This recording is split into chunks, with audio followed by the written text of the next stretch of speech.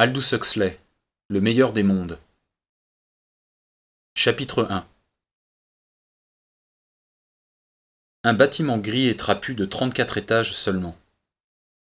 Au-dessus de l'entrée principale, les mots « Centre d'incubation et de conditionnement de Londres centrale » et, dans un écusson, la devise de l'État mondial « Communauté, identité, stabilité ». L'énorme pièce du rez-de-chaussée était exposée au nord. En dépit de l'été qui régnait au-delà des vitres, en dépit de toute la chaleur tropicale de la pièce elle-même, ce n'étaient que de maigres rayons d'une lumière crue et froide qui se déversaient par les fenêtres. Les blouses des travailleurs étaient blanches, leurs mains gantées de caoutchouc pâle, de teinte cadavérique. La lumière était gelée, morte, fantomatique. Ce n'est qu'aux cylindres jaunes des microscopes qu'elle empruntait un peu de substance riche et vivante, étendue le long des tubes comme du beurre. « Et ceci, dit le directeur ouvrant la porte, c'est la salle de fécondation. » Au moment où le directeur de l'incubation et du conditionnement entra dans la pièce, 300 fécondateurs, penchés sur leur instrument, étaient plongés dans ce silence où l'on ose à peine respirer, dans ce chantonnement ou ce sifflotement inconscient, par quoi se traduit la concentration la plus profonde. Une bande d'étudiants nouvellement arrivés, très jeunes, roses et imberbes, se pressait, pénétrés d'une certaine appréhension, voire de quelque humilité sur les talons du directeur. Chacun d'eux portait un cahier de notes, dans lequel, chaque fois que le grand homme parlait, il griffonnait désespérément. Ils puisaient ici leur savoir à la source même. C'était un privilège rare. Le DIC de Londres centrale s'attachait toujours à faire à ses nouveaux étudiants, sous sa conduite personnelle, le tour des divers services. Simplement pour vous donner une idée d'ensemble, leur expliquait-il, car il fallait bien entendu qu'ils eussent un semblant d'idée d'ensemble, si l'on voulait qu'ils fissent leur travail intelligemment. Et cependant qu'ils en eussent le moins possible, si l'on voulait qu'ils fussent plus tard des membres convenables et heureux de la société. Car les détails, comme chacun le sait, conduisent à la vertu et au bonheur. Les généralités sont, au point de vue intellectuel, des mots inévitables. Ce ne sont pas les philosophes, mais bien ceux qui s'adonnent au bois découpé et aux collections de timbres, qui constituent l'armature de la société. Demain, ajoutait-il, leur adressant un sourire empreint d'une bonhomie légèrement menaçante, vous vous mettrez au travail sérieux. Vous n'aurez pas de temps à consacrer aux généralités. D'ici là, c'était un privilège, de la source même droit au cahier de notes. Les jeunes gens griffonnaient fébrilement. Grand, plutôt maigre, mais bien droit, le directeur s'avança dans la pièce. Il avait le menton allongé et les dents fortes, un peu proéminentes, que parvenait tout juste à recouvrir, lorsqu'il ne parlait pas, ses lèvres pleines à la courbe fleurie. Vieux, jeune, 30 ans, 50, 55, c'était difficile à dire. Et au surplus, la question ne se posait pas. Dans cette année de stabilité, cette année 632 de NF, il ne venait à l'idée de personne de la poser. « Je vais commencer par le commencement », dit le DIC.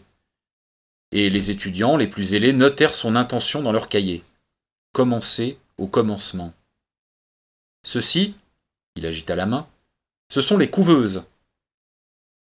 Et ouvrant une porte de protection thermique, il leur montra les porte-tubes empilés les uns sur les autres et pleins de tubes à essai numérotés.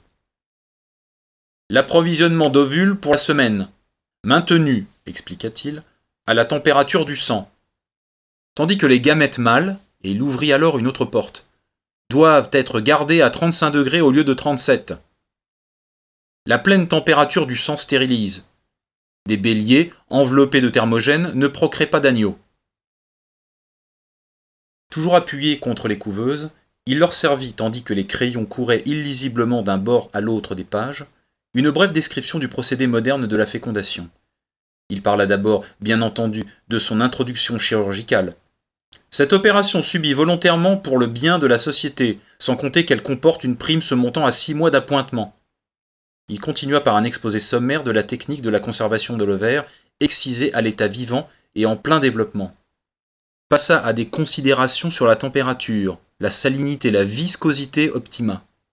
Fit allusion à la liqueur dans laquelle on conserve les ovules détachés et venus à maturité.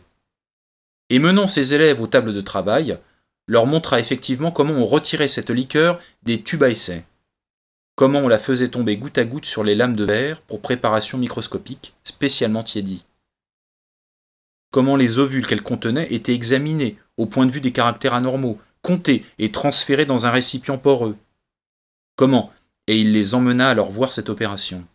Ce récipient était immergé dans un bouillon tiède contenant des spermatozoïdes qui y nageaient librement, à la concentration minima de 100 000 par centimètre cube, insista-t-il.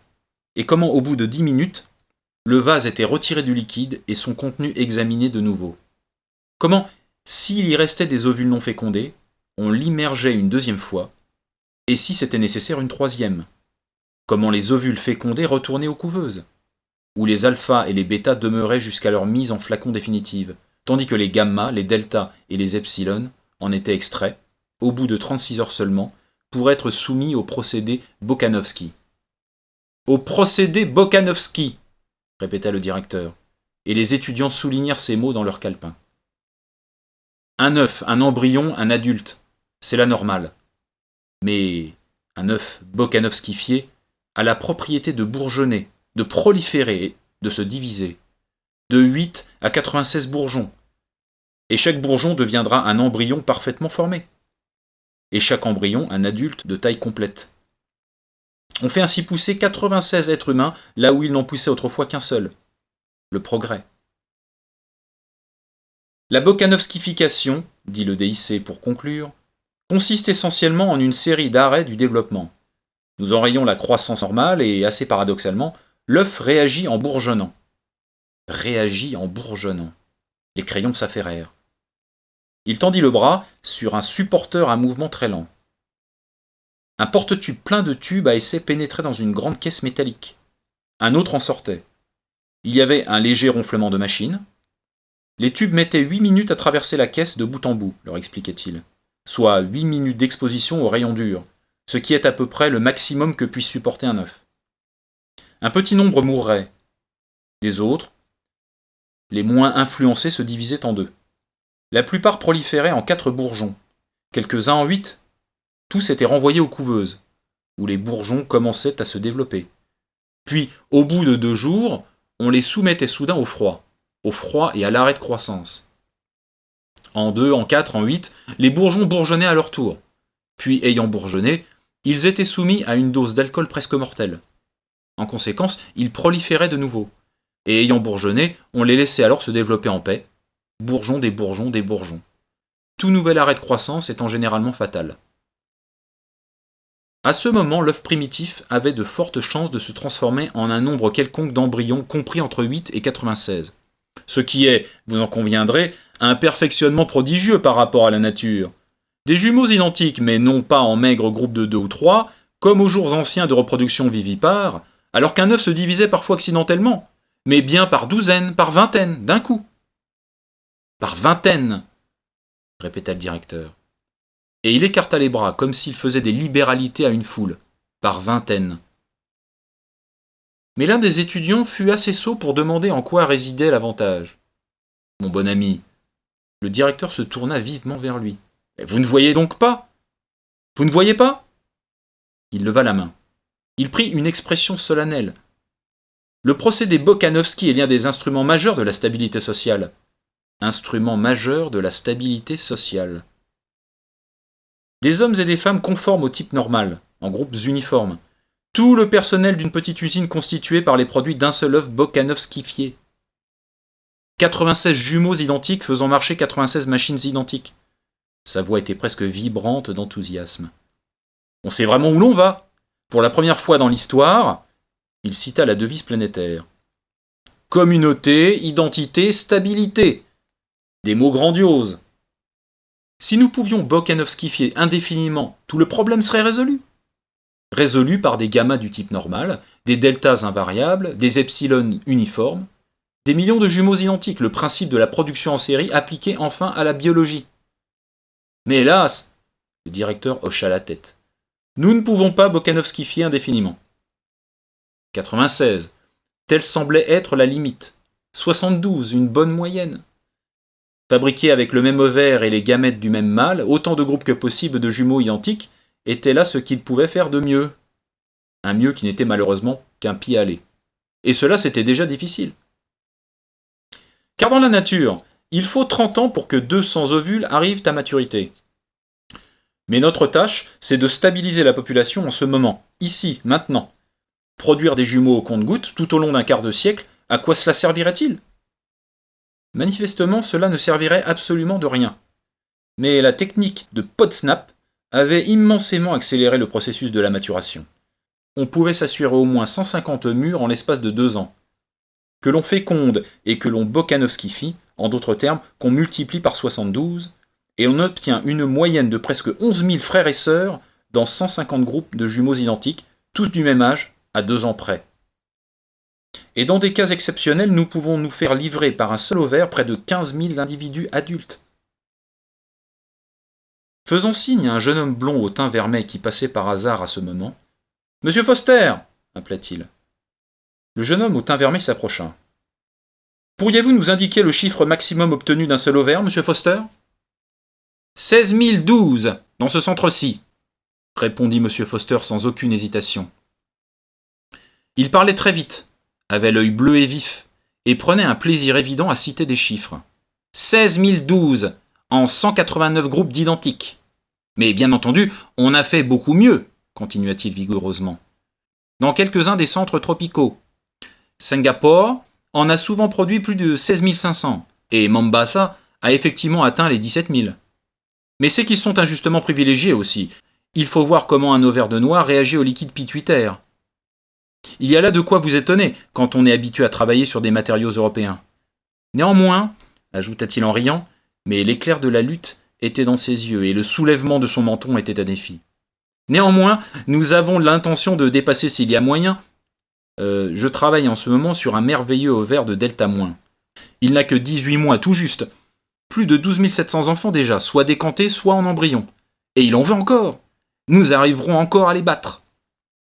Voilà l'état d'esprit qui me plaît, s'écria le directeur. Et il donna une tape sur l'épaule de M. Foster. Venez donc avec nous et faites profiter ces gamins de votre savoir d'expert. M. Foster sourit modestement. Avec plaisir. Ils le suivirent. Dans la salle de mise en flacon, tout était agitation harmonieuse et activité ordonnée. Des plaques de péritoine de truie, toutes coupées aux dimensions voulues, arrivaient continuellement dans de petits monte-charges, du magasin aux organes dans le sous-sol. Bzz, et puis flac. Les portes du monte-charge s'ouvraient toutes grandes. Le garniseur de flacon n'avait qu'à allonger la main, prendre la plaque, l'introduire, aplatir les bords, et avant que le flacon ainsi garni eût le temps de s'éloigner, hors de la portée le long du transporteur sans fin, bzzz, flac. Une autre plaque de péritoine était montée vivement des profondeurs souterraines, prête à être introduite dans un autre flacon, le suivant dans cette lente procession interminable sur le transporteur. Après les garniseurs, il y avait les immatriculeurs. Un, les œufs étaient transférés de leur tube à essai dans les récipients plus grands. Avec dextérité, la garniture du péritoine était incisée, la morula y était mise en place, la solution saline y était versée. Et déjà le flacon était passé plus loin, et c'était au tour des étiqueteurs. L'hérédité, la date de fécondation, les indicateurs relatifs au groupe Bokanovski, tous les détails étaient transférés de tube à essai à flacon. Non plus anonyme, mais nommé, identifié, la procession reprenait lentement sa marche.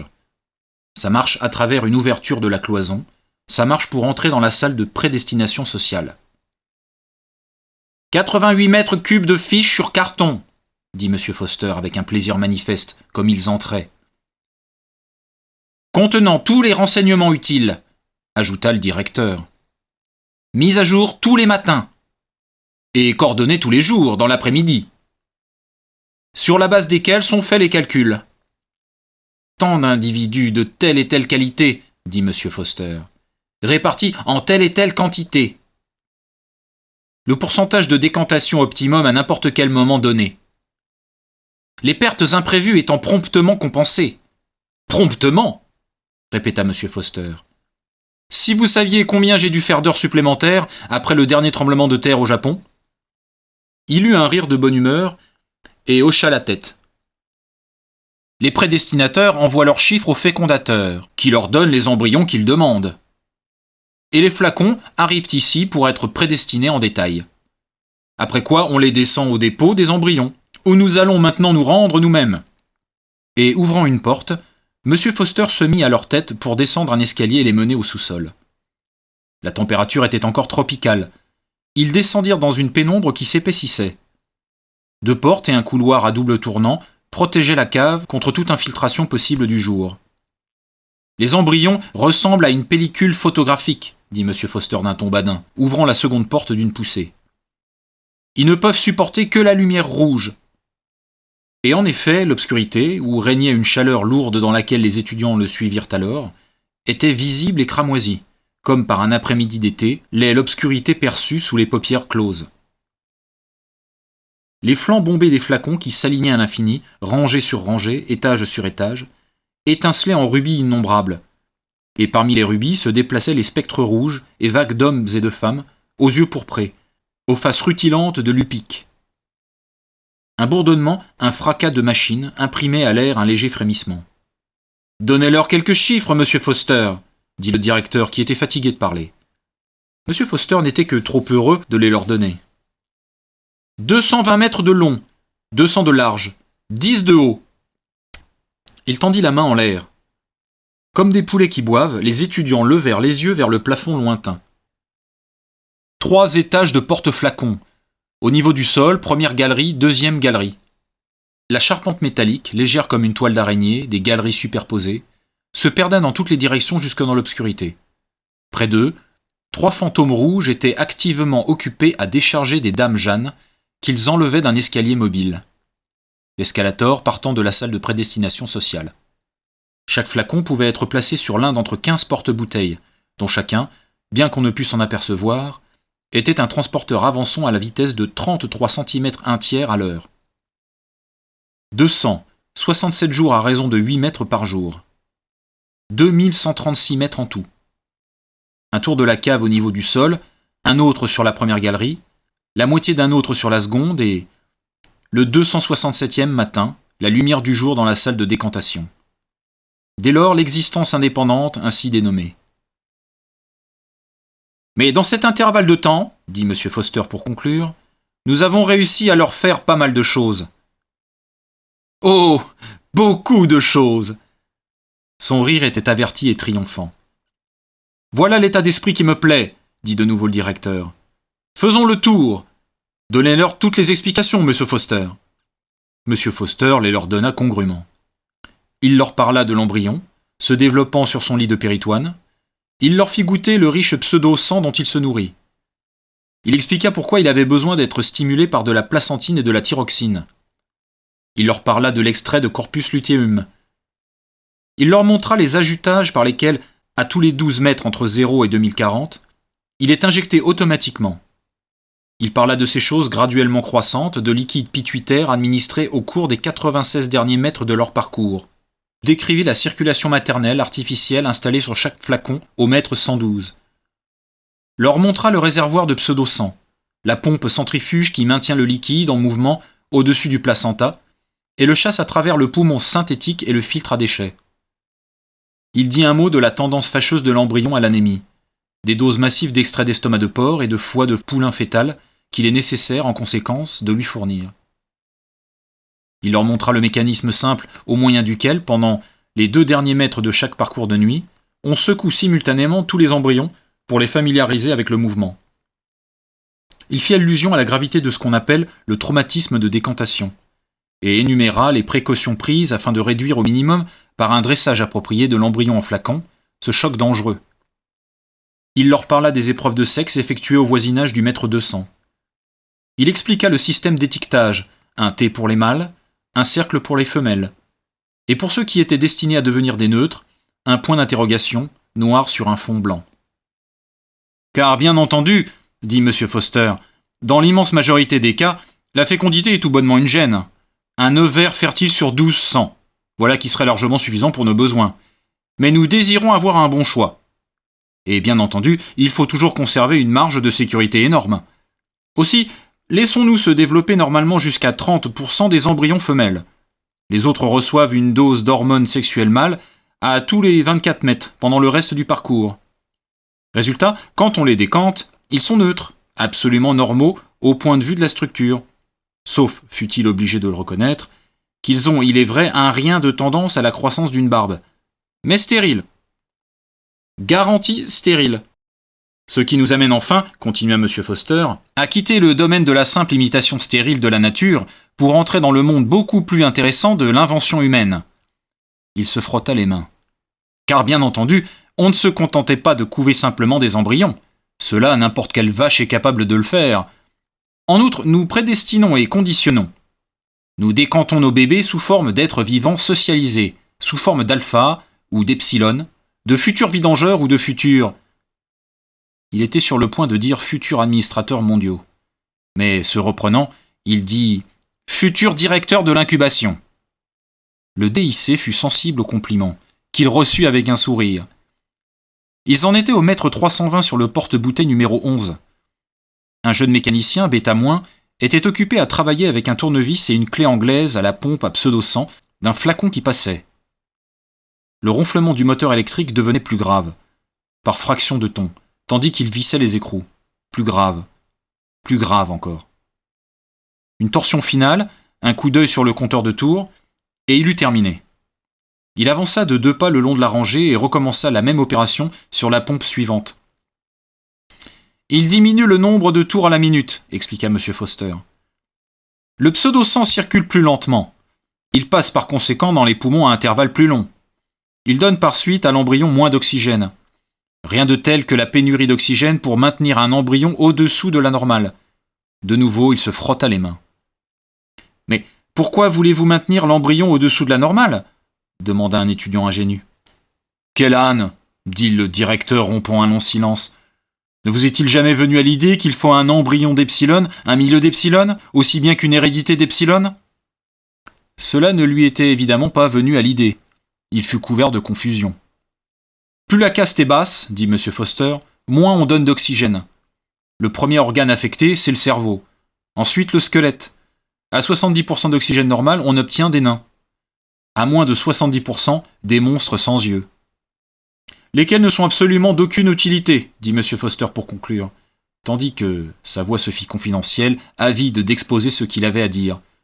Si l'on pouvait découvrir une technique pour réduire la durée de maturation, quel bienfait ce serait pour la société. Considérez le cheval. Ils le considérèrent.